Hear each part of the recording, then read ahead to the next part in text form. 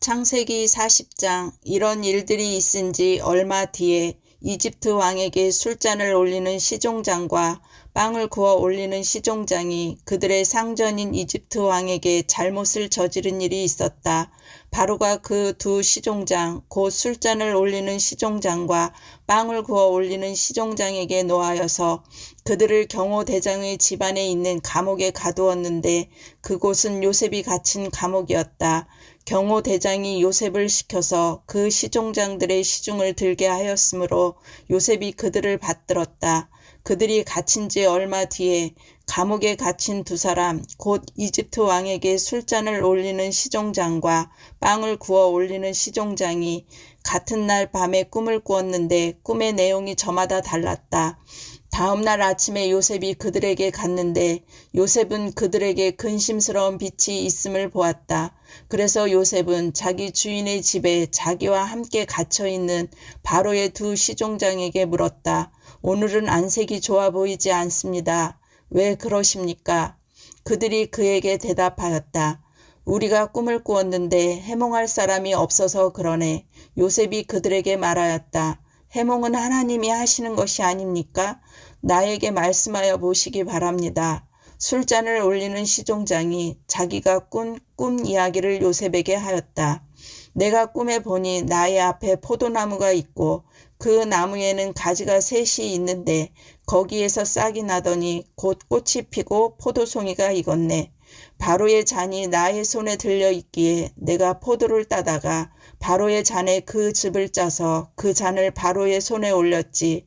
요셉이 그에게 말하였다. 해몽은 이러합니다. 가지 셋은 사흘을 말합니다. 앞으로 사흘이 되면 바로께서 시종장을 불러내서 직책을 되돌려 주실 것입니다. 시종장께서는 전날 술잔을 받들어 올린 것처럼 바로의 손에 술잔을 올리게 될 것입니다. 시종장께서 잘 되시는 날에 나를 기억하여 주시고 나를 따로 생각해 주시기 바랍니다. 그리고 바로에게 나의 사정을 말씀드려서 나도 이 감옥에서 풀려나게 해 주시기 바랍니다. 나는 히브리 사람이 사는 땅에서 강제로 끌려온 사람입니다. 그리고 여기에서도 내가 이런 구덩이 감옥에 들어올 만한 일을 하지 않았습니다. 빵을 구워 올리는 시종장도 그 해몽을 듣고 보니 좋아서 요셉에게 말하였다. 나도 한 꿈을 꾸었는데 나는 빵이 담긴 바구니 3개를 머리에 이고 있었네. 제일 위에 있는 바구니에는 바로에게 드릴 온갖 구운 빵이 있었는데 새들이 내가 이고 있는 바구니 안에서 그것들을 먹었네. 요셉이 말하였다. 해몽은 이러합니다. 바구니 셋은 사흘을 말합니다. 앞으로 사흘이 되면 바로께서 시종장을 불러내서 목을 베고 나무에 매다실 터인데 새들이 시종장의 주검을 쪼아 먹을 것입니다. 그러한 지 사흘째 되는 날, 그날은 바로의 생일인데 왕은 신하들을 다 불러 모으고 잔치를 베풀었다. 술잔을 올리는 시종장과 빵을 구워 올리는 시종장이 신하들이 모인 자리에 불려나갔다. 바로에게 술을 따라 올리는 시종장은 직책이 회복되어서 잔에 술을 따라서 바로의 손에 올리게 되고 빵을 구워 바치는 시종장은 매달려서 처형되니 요셉이 그들에게 해몽하여 준 대로 되었다. 그러나 술잔을 올리는 시종장은 요셉을 기억하지 못하였다. 그는 요셉을 잊고 있었다. 창세기 41장. 그로부터 만 2년이 지나서 바로가 꿈을 꾸었다. 그가 나일 강가에 서 있는데 잘생기고 살이 찐 암소 7마리가 강에서 올라와서 갈밭에서 풀을 뜯는다.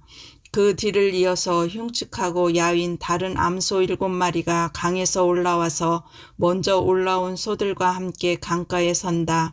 그 흉측하고 야윈 암소들이 잘생기고 살이 찐 암소들을 잡아먹는다. 바로는 잠에서 깨어났다. 그가 다시 잠들어서 또 꿈을 꾸었다. 이삭 7개가 보인다. 토실토실하고 잘 여문 이삭 7개가 나오는데 그것들은 모두 한 줄기에서 나와서 자란 것들이다. 그 뒤를 이어서 또 다른 이삭 7개가 피어나오는데 열풍이 불어서 야위고 마른 것들이다. 그 야윈 이삭이 토실토실하게 잘 여문 이삭 7개를 삼킨다. 바로가 깨어나 보니 꿈이다. 아침에 그는 마음이 뒤숭숭하여 사람을 보내어서 이집트의 마술사와 현인들을 모두 불러들이고 그가 꾼 꿈 이야기를 그들에게 하였다. 그러나 아무도 그에게 그 꿈을 해몽하여 주는 사람이 없었다. 그때의 술잔을 올리는 시종장이 바로에게 말하였다. 제가 꼭 했어야 할 일을 못한 것이 오늘에야 생각납니다. 임금님께서 종들에게 노하셔서 저와 빵을 구워 올리는 시종장을 경호대장집 감옥에 가두신 일이 있습니다. 저희들이 같은 날 밤에 각각 꿈을 꾸었는데 두 꿈의 내용이 너무나 달랐습니다.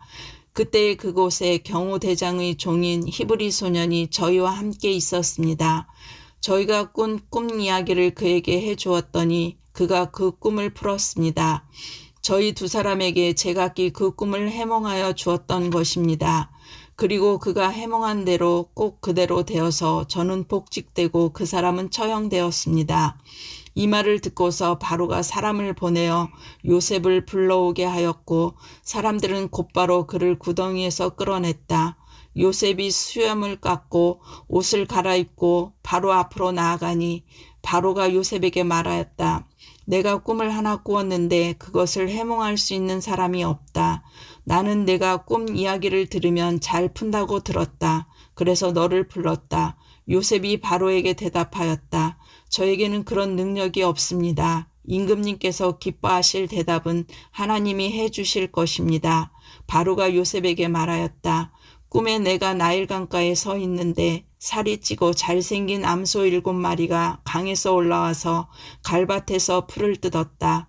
그것들의 뒤를 이어서 약하고 아주 흉측하고 야윈 다른 암소 7마리가 올라오는데 이집트 온 땅에서 내가 일찍이 본 일이 없는 흉측하기 짝이 없는 그런 암소들이었다. 그 야위고 흉측한 암소들은 먼저 올라온 기름진 암소 7마리를 잡아먹었다. 흉측한 암소들은 살이 찐 암소들을 잡아먹었는데도 여전히 굶은 암소처럼 흉측하였다. 그리고는 내가 깨어났다. 내가 또 다시 꿈에 보니 한 줄기에서 자란 이삭 7개가 있는데 잘 여물고 실한 것들이었다. 그것들의 뒤를 이어서 다른 이삭 7개가 피어나오는데 열풍이 불어서 시들고 야위고 마른 것들이었다. 그 야윈 이삭이 잘 여문 7 이삭을 삼켜버렸다. 내가 이 꿈 이야기를 마술사와 현인들에게 들려주었지만 아무도 나에게 그 꿈을 해몽해 주지 못하였다. 요셉이 바로에게 말하였다.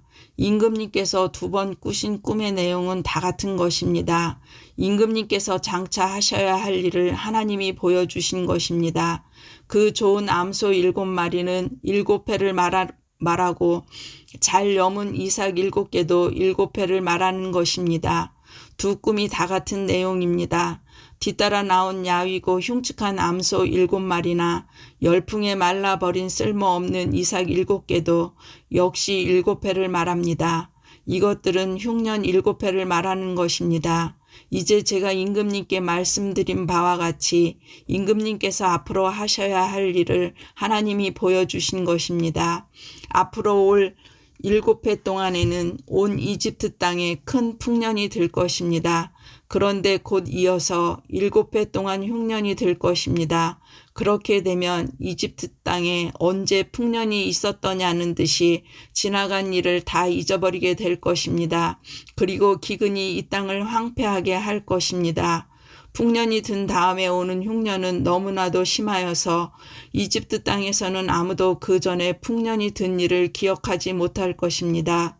임금님께서 같은 꿈을 2번이나 거듭 꾸신 것은 하나님이 이 일을 하시기로 이미 결정하시고 그 일을 꼭 그대로 하시겠다는 것을 말씀해 주시는 것입니다. 이제 임금님께서는 명철하고 슬기로운 사람을 책임자로 세우셔서 이집트 땅을 다스리게 하시는 것이 좋을 듯합니다.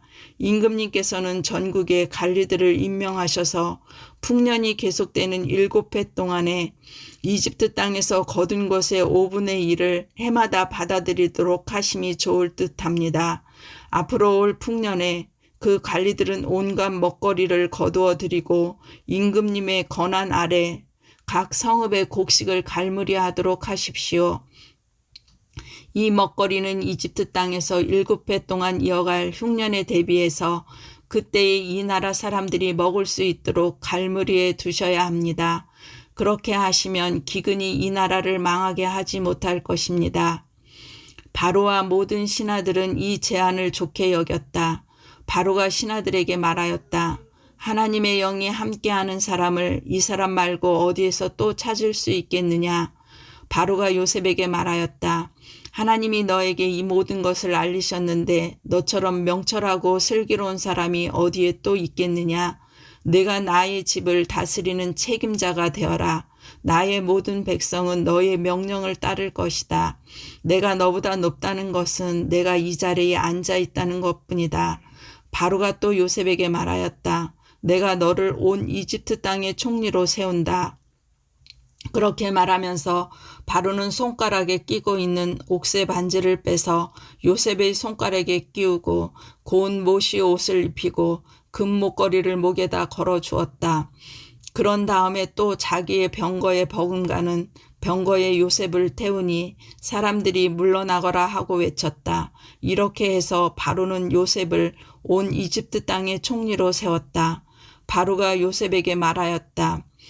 나는 바로다. 이집트 온 땅에서 총리의 허락이 없이는 어느 누구도 손 하나 발 하나도 움직이지 못한다. 바로는 요셉에게 사브낫 바네아라는 이름을 지어주고 온의 제사장 보디베라의 딸 아스낫과 결혼을 시켰다. 요셉이 이집트 땅을 순찰하러 나섰다. 요셉이 이집트 왕 바로를 섬기기 시작할 때에 그의 나이는 30살이었다. 요셉은 바로 앞에서 물러나와서 이집트 온 땅을 두루 다니면서 살폈다. 풍년을 잃은 7해 동안에 땅에서 생산된 것은 대단히 많았다. 요셉은 이집트 땅에서 7해 동안 이어간 풍년으로 생산된 모든 먹거리를 거두어 들여 여러 성읍에 저장해 두었다. 각 성읍 근처 밭에서 나는 곡식은 각각 그 성읍에 쌓아 두었다. 요셉이 저장한 곡식의 양은 엄청나게 많아서 마치 바다의 모래와 같았다. 그 양이 셀 수 없을 만큼 많아져서 기록을 중단할 수밖에 없었다. 요셉과 온의 제사장 보디베라의 딸 아스낫 사이에서 두 아들이 태어난 것은 흉년이 들기 전이었다. 요셉은 하나님이 나의 온갖 고난과 아버지 집 생각을 다 잊어버리게 하셨다 하면서 맏아들의 이름을 므낫세라고 지었다. 둘째는 내가 고생하던 이 땅에서 하나님이 자손을 번성하게 해주셨다 하면서 그 이름을 에브라임이라고 지었다. 이집트 땅에서 7해 동안 이어가던 풍년이 지나니 요셉이 말한 대로 7해 동안의 흉년이 시작되었다. 온 세상에 기근이 들지 않는 나라가 없었으나 이집트 온 땅에는 아직도 먹거리가 있었다. 그러나 마침내 이집트 온 땅의 백성이 굶주림에 빠지자 그들은 바로에게 먹을 것을 달라고 부르짖었다. 바로는 이집트의 모든 백성에게 요셉에게로 가서 그가 시키는 대로 하여라 하였다. 온 땅에 기근이 들었으므로 요셉은 모든 창고를 열어서 이집트 사람들에게 곡식을 팔았다. 이집트 땅 모든 곳에 기근이 심하게 들었다. 기근이 온 세상을 뒤덮고 있었으므로 다른 나라 사람들도 요셉에게서 곡식을 사려고 이집트로 왔다. 창세기 42장. 야곱은 이집트에 곡식이 있다는 말을 듣고서 아들들에게 말하였다. 얘들아, 왜 서로 얼굴들만 쳐다보고 있느냐? 야곱이 말을 이었다. 듣자 하니 이집트에 곡식이 있다고 하는구나. 그러니 그리로 가서 곡식을 좀 사오너라. 그래야 먹고 살지. 가만히 있다가는 굶어 죽겠다. 그래서 요셉의 형 10명이 곡식을 사려고 이집트로 갔다. 야곱은 요셉의 아우 베냐민만은 형들에게 딸려 보내지 않았다. 베냐민을 같이 보냈다가 무슨 변이라도 당할까 보아 겁이 났기 때문이다. 가나안 땅에도 기근이 들었으므로 이스라엘의 아들들도 곡식을 사러 가는 사람들 틈에 끼었다. 그때의 요셉은 나라의 총리가 되어서 세상의 모든 백성에게 곡식을 파는 책임을 맡고 있었다. 요셉의 형들은 거기에 이르러서 얼굴을 땅에 대고 엎드려 요셉에게 절을 하였다. 요셉은 그들을 보자마자 곧바로 그들이 형들임을 알았다. 그러나 짐짓 모르는 채 하고 그들에게 엄하게 물었다. 당신들은 어디에서 왔소? 그들이 대답하였다. 먹거리를 사려고 가나안 땅에서 왔습니다. 요셉은 형들을 알아보았으나 형들은 요셉을 알아보지 못하였다. 그때 요셉은 형들을 두고 꾼 꿈을 기억하고 그들에게 말하였다. 당신들은 첩자들이요 이 나라의 허술한 곳이 어디인지 엿보러 온 것이 틀림없소. 그들이 대답하였다. 아닙니다. 총리어른. 소인들은 그저 먹거리를 사러 왔을 뿐입니다. 우리는 한 아버지의 자식들입니다. 소인들은 순진한 백성이며 첩자가 아닙니다. 그가 말하였다. 아니요, 당신들은 이 나라의 허술한 곳이 어디인지를 엿보러 왔소. 그들이 대답하였다. 소인들은 형제들입니다. 모두 12입니다. 가나안 땅에 사는 한 아버지의 아들들입니다. 막내는 소인들의 아버지와 함께 있고 또 하나는 이렇습니다. 요셉이 그들에게 말하였다. 내 말이 틀림없소. 당신들은 첩자들이요. 그러나 당신들이 진실을 증명할 길은 있소. 바로께서 살아계심을 두고 맹세하오. 당신들이 막내 아우를 이리로 데려오지 않으면 당신들은 여기에서 한 발자국도 벗어나지 못하오. 당신들 가운데서 한 사람을 보내어 당신들 집에 남아있는 아우를 이리로 데려오게 하고 나머지는 감옥에 가두어 두겠소. 나는 이렇게 하여 당신들이 한 말이 사실인지를 시험해 보겠소. 바로께서 살아계심을 두고 맹세하오. 당신들이 그렇게 하지 못하면 당신들은 첩자라는 누명을 벗지 못할 것이요. 요셉은 그들을 감옥에 사흘 동안 가두어 두었다. 사흘 만에 요셉이 그들에게 말하였다. 나는 하나님을 두려워하오. 당신들은 이렇게 하시오. 그래야 살 수 있어. 당신들이 정직한 사람이면 당신들 형제 가운데서 한 사람만 여기에 갇혀 있고 나머지는 나가서 곡식을 가지고 돌아가서 집안 식구들이 허기를 면하도록 하시오. 그러나 당신들은 반드시 막내 아우를 나에게로 데리고 와야 하오.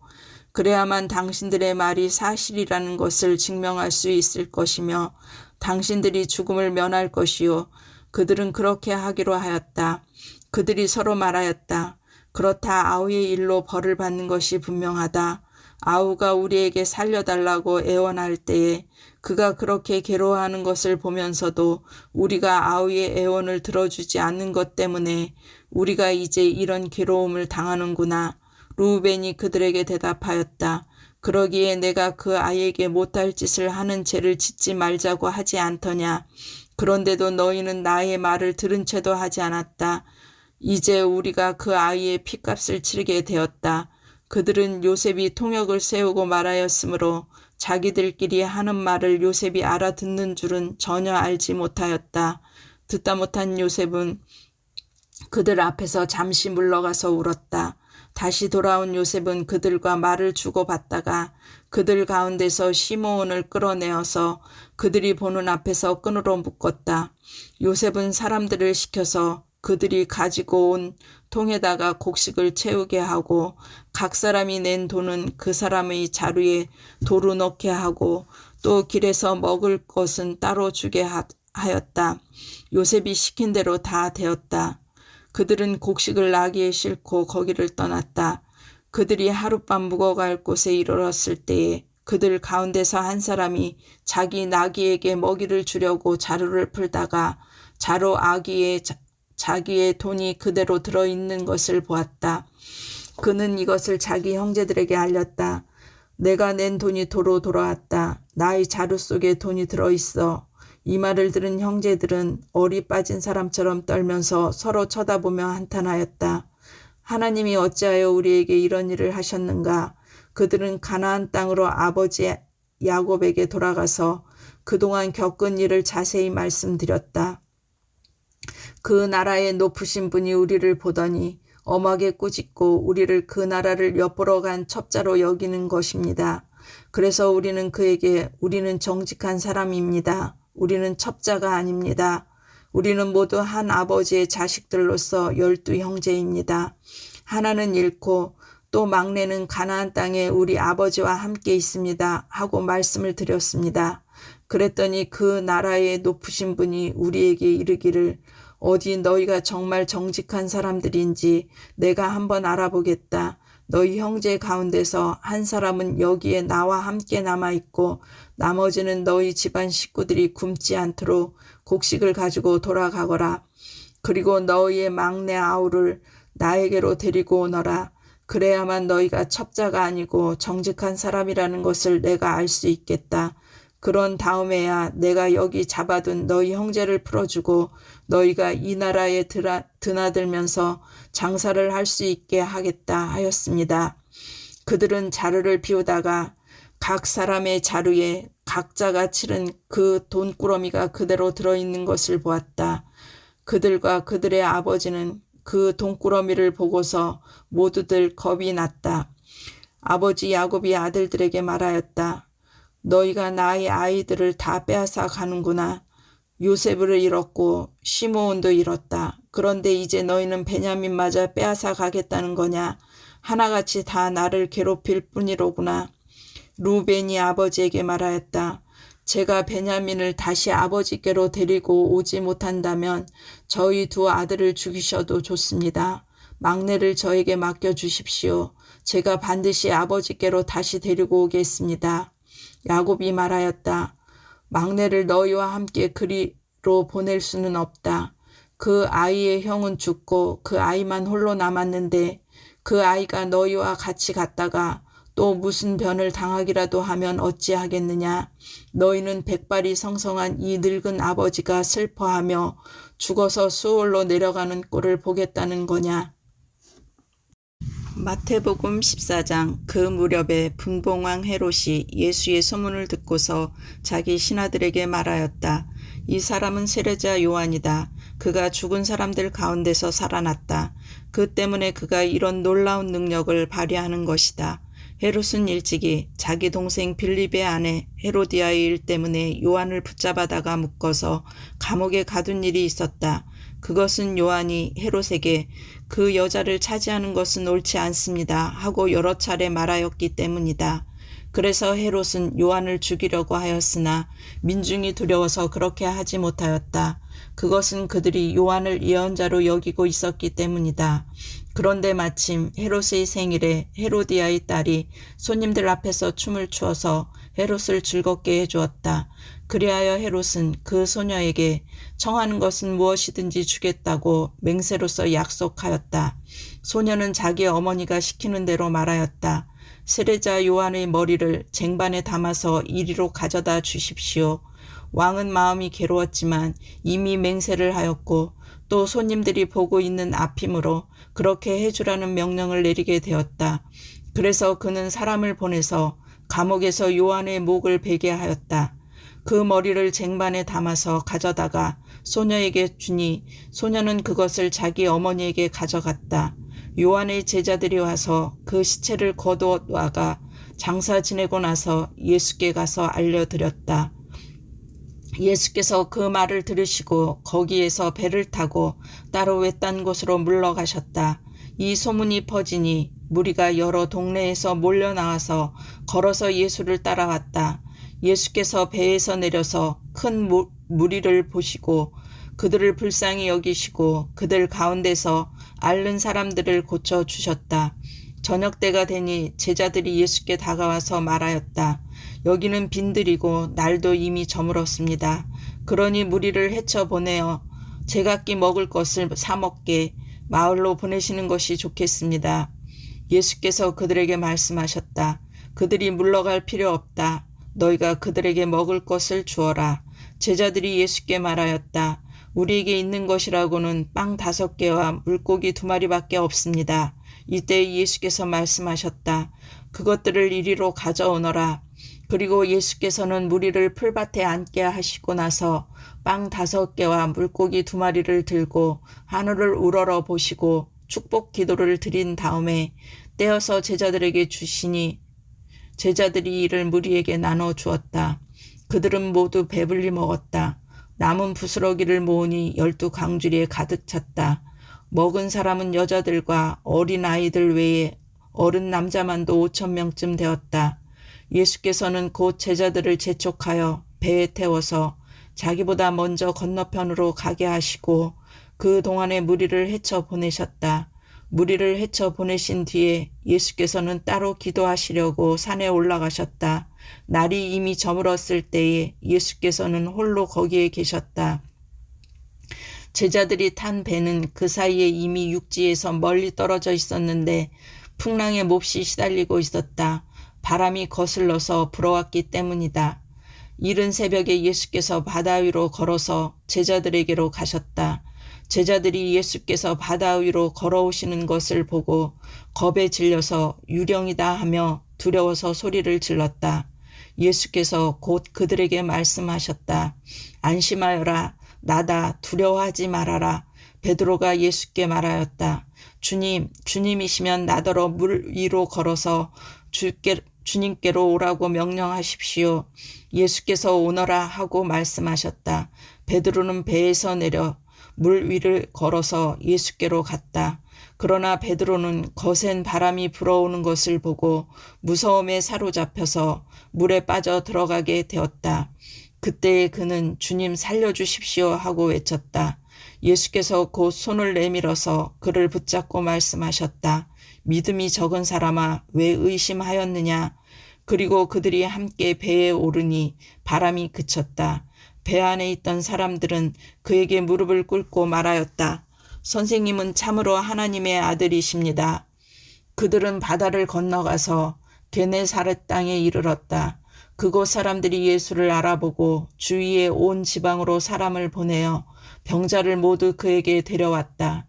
그들은 예수께 그의 옷술만이라도 손을 대게 해달라고 간청하였다. 그리고 손을 댄 사람은 모두 나았다.